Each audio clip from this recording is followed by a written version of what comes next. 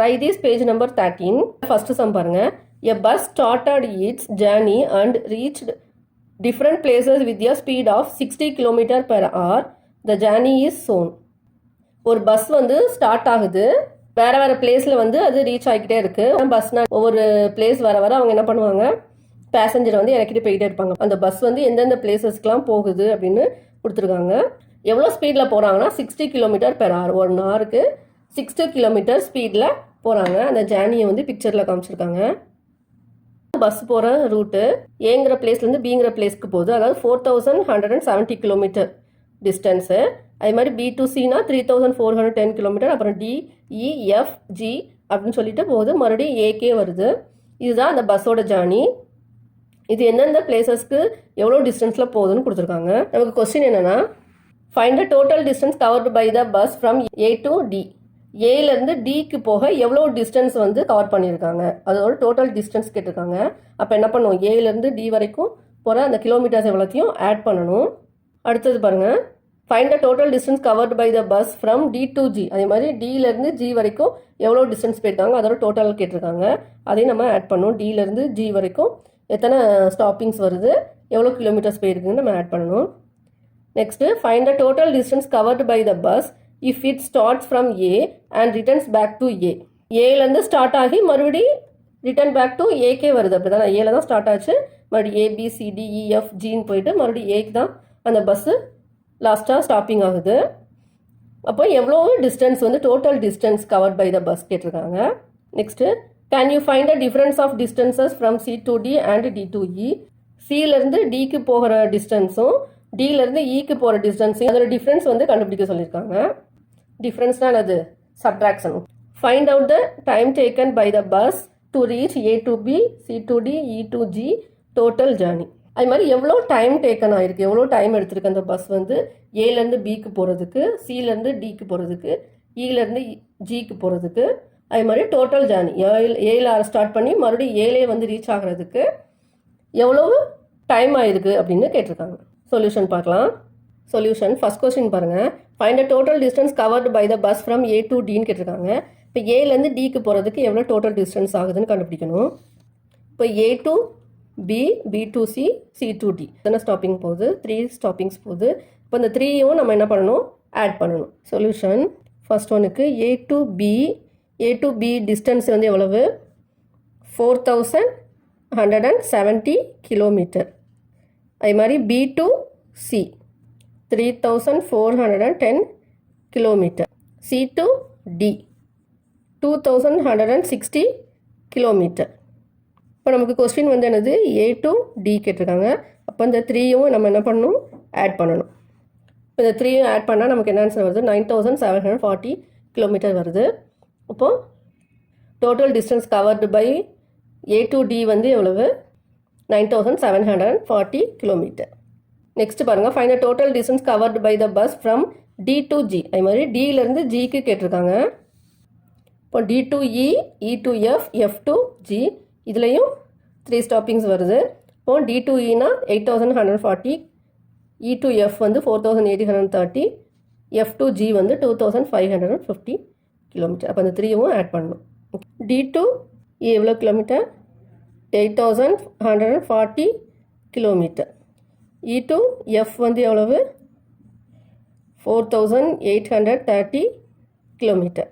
F to G 2550 kilometre. இந்த 3யும் add பண்ணணும். டி டு ஜி கிடைக்கும் 15520 kilometre. Next question, find the total distance covered by the bus if it starts from A and returns back to A. அதாவது ஏல start ஆகி மறுபடியும் AK reach ஆகிறதுக்கு எவ்வளவு டிஸ்டன்ஸ் ஆகிருக்கு அப்படின்னு கேட்டிருக்காங்க. அப்போ எல்லாத்தையுமே வந்து என்ன செய்யணும், ஆட் பண்ணணும். ஆல்ரெடி ஏ டு டி தெரியும், டி டு ஜி தெரியும், ஜி டு ஏ வந்து என்னது 1290 கிலோமீட்டர். இப்போ எது மட்டும்தான் ஆட் பண்ணல. இப்போ அதையும் சேர்த்து ஆட் பண்ணுறேன்னா ஏலேருந்து ஏக்கு ரீச் ஆகிறதுக்கு, அந்த பஸ் ரீச் ஆகிறதுக்கு எவ்வளவு டிஸ்டன்ஸ் ஆகுது அப்படின்னு கண்டுபிடிச்சிடலாம். அதாவது ஏ டு ஏக்கு ரீச் ஆகணும், அப்படி தானே.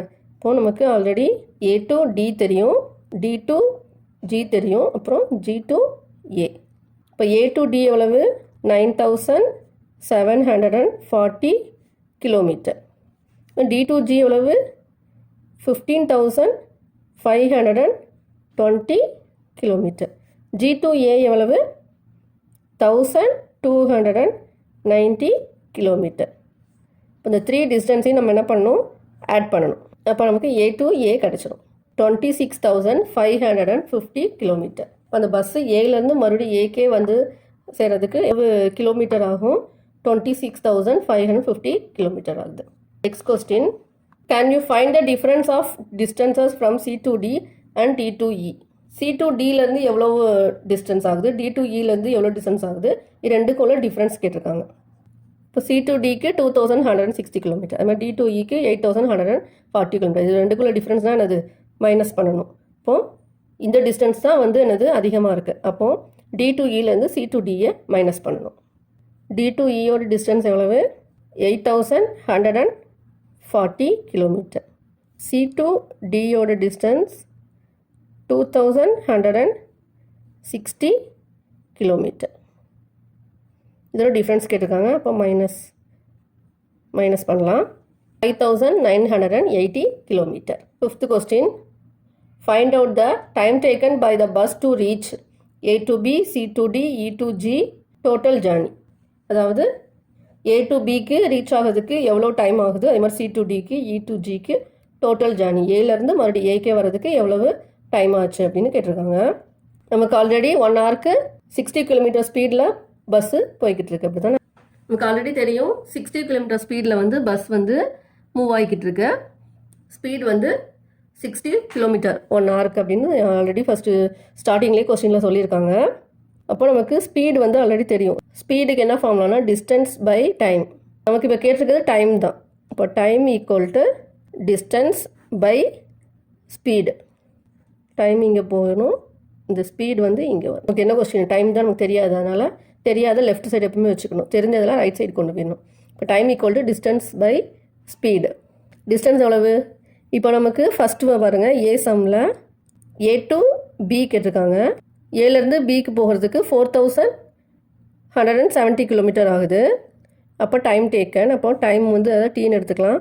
4,170 டிவைட் ஸ்பீடு வந்து எவ்வளவு? 60 கிலோமீட்டர். 1 ஹவருக்கு 60 கிலோமீட்டர். இதை டிவைட் பண்ணால் 0 கேன்சல் ஆகிடும். 470னை 6ஆல் டிவைட் பண்ணணும். இப்போ 69.5 ஹவர். இப்போ ஏலேருந்து பிக்கு போகிறதுக்கு எவ்வளோ ஹவர்ஸ் ஆகுது? 69.5 ஹவர்ஸ் ஆகுது. இது வந்து டைம். 4,170 கிலோமீட்டர் 60 கிலோமீட்டர் ஸ்பீடில் போனோன்னா எவ்வளோ நேரம் ஆகும்னா 69.5 ஹவர்ஸ் ஆகும். பி சம் என்ன கேட்டிருக்காங்க? C to D. சியிலேருந்து டிக்கு போகிறதுக்கு எவ்வளோ டைம் ஆகும்? நமக்கு அதோட டிஸ்டன்ஸ் எவ்வளோ? டைம் வந்து என்னது? Distance by speed. டிஸ்டன்ஸ் எவ்வளவு? C to Dக்கு 2,160 பை நமக்கு ஸ்பீடு வந்து 60. இப்போது இது கேன்சல் ஆகிடும். இப்போ 36 ஹவர்ஸ். டைம் வந்து 36 ஹவர்ஸ். E to G வந்து பஸ் ட்ராவல் பண்ணுறதுக்கு எவ்வளோ டிஸ்டன்ஸ் ஆகுது? அதாவது E to F போய் F to G அதுதானே. இப்போ E to F போகிறதுக்கு 4,830 ப்ளஸ் 2,550 இவ்வளோ டிஸ்டன்ஸ் ஆகுது. பை நமக்கு 60 கிலோமீட்டர் ஸ்பீடில் போகுது. இரண்டையும் ஆட் பண்ணால் என்ன வருது? 7,380 பை 60. 0 கேன்சல் ஆயிரும். இப்போ 123 ஹவர்ஸ் ஆகுது. E to G போகிறதுக்கு எவ்வளோ டைம் ஆகுது? 123. நெக்ஸ்ட் நமக்கு டோட்டல் ஜேர்னி கேட்டிருக்காங்க. டோட்டல் ஜேர்னினா என்னது? ஏலேருந்து ஏக்கு வர்றதுக்கு. இப்போ ஏலேருந்து ஏக்கு வர்றதுக்கு எவ்வளவு டைம் ஆகும்னு கண்டுபிடிக்கணும். இப்போ time T equal to total distance தெரியும் எவ்வளவு? 26,550 கிலோமீட்டர். இதை நம்ம என்ன பண்ணணும்? 60ஆல் டிவைட் பண்ணணும். 442.5 ஹவர்ஸ். அந்த பஸ்ஸு ஃபுல்லாக ட்ராவல் ஆகிறதுக்கு எவ்வளோ டைம் ஆகுது? 442.5 ஹவர்ஸ் ஆகுது. Thanks for watching.